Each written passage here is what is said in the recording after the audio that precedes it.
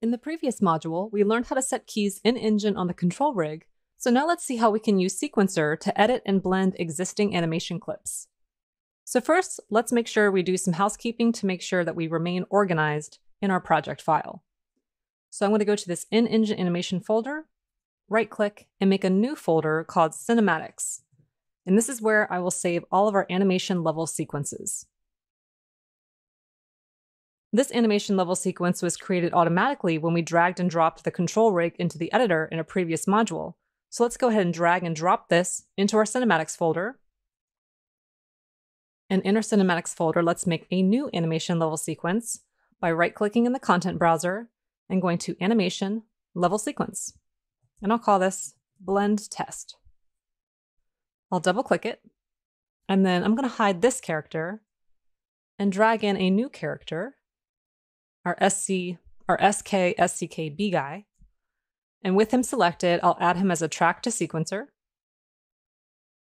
And then I'm going to add some animation that we had previously retargeted in a previous module. So I'll click on this plus animation sign, and I'll type in jog, and I'll choose this SCK Anim Mob1 Jog F. And so when I scrub my timeline, I can see him jogging and then popping right back to place. So this does feel like a pretty quick jog, so let's extend that. I'm going to hold down Alt and left mouse click and drag to duplicate that track and just set it right at the end. And of course, when I scrub my timeline, he still just kind of pops back to the beginning and then keeps running again. So of course we need to fix that. This is now really easy to do in Sequencer. So all I need to do is go to the end of my first track, kind of the beginning of the next track, and I'm going to right-click actually on both tracks and show the skeleton so we can kind of get a visualization of where they are in space. On the second track, I'm going to right-click and go to Match with this bone in previous clip and choose Root. And you can see how it automatically snaps that skeleton to the placement of that first skeleton. So when I scrub through my timeline, you can see how it flawlessly continues to run and complete that cycle.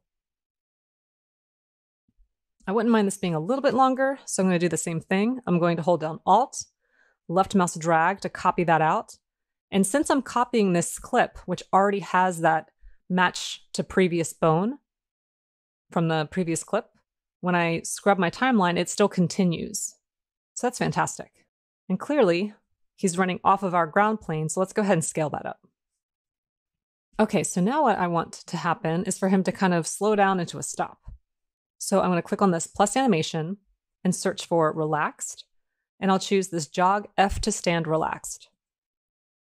And I'll drag this up onto the same track and right-click and show skeleton. So let's kind of see what happens now.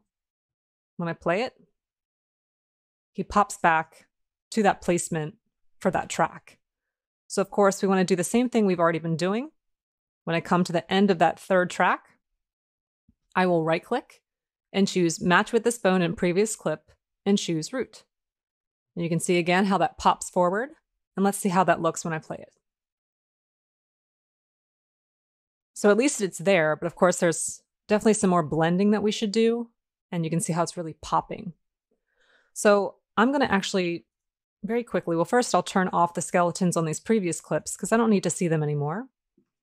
And then let's kind of focus in on the pose to see how we can best blend these two tracks together. So at the end of this clip, you can see that we're in that passing pose and his knee is already past the leg that has the planted foot. And when I go to the beginning of the next, he's still just about to enter into that kind of passing pose. So what I'll do is I'll just kind of click back, and this looks like a good spot. So I'll select that track, right-click, and choose Edit, Trim Right. And now I have this little gap, so I just need to close that gap and scooch that, that fourth track forward. And now when I kind of go back and forth, I can at least see the pose itself matches a little bit better. But you can see I still probably need to rematch my root skeleton pose or my root skeleton placement. So on this last track, I'm going to right click again and choose match with this bone in previous clip, root. And now let's kind of scrub and see what happens. Okay, so at least that kind of looks like, you know, his leg is kind of coming through a little bit better. But we can certainly now start to actually blend the clips to make it look even better. So I might come back to around frame 60, grab this track and drag it into the previous track to kind of create that blend, which you can kind of see here.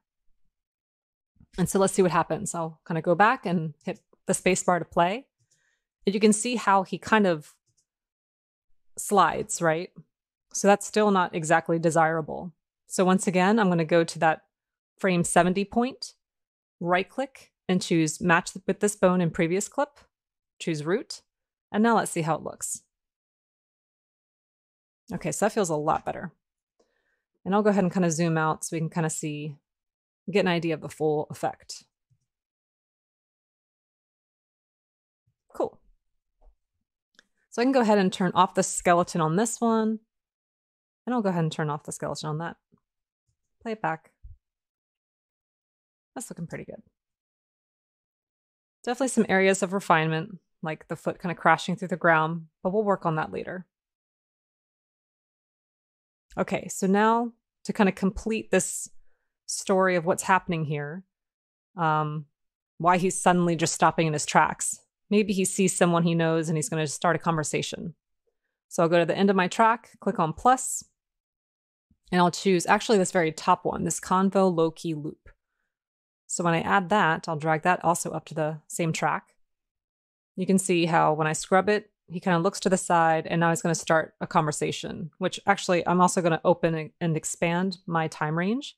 So I'll enter in 1000 and then I'll move my playhead towards the end and hit the end bracket to expand my frame range. And then I can also grab this slider to help zoom back in on this section that I want to modify. So I really don't want him to have that head turn.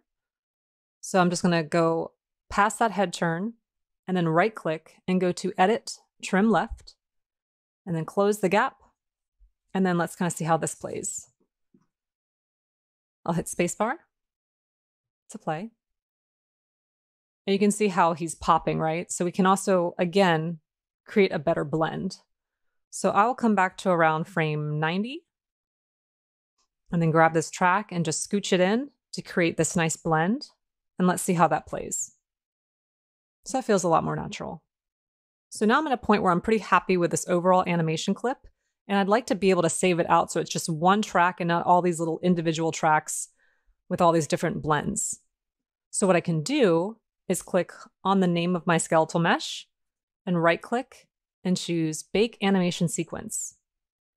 And of course, I want to make sure I stay organized. So I'll open up my animation folder and navigate to that folder we created previously, my SCK animation folder.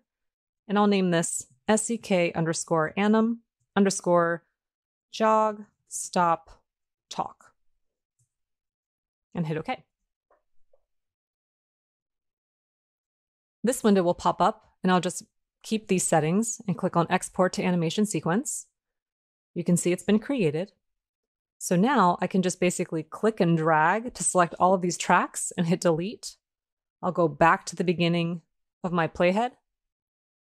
And then I'll click on this plus animation and search for jog. And here's my jog stop talk. So I'll click on that. And now you can see it's that one nice clean track. And when I hit play, I can see my entire animation cycle that I created.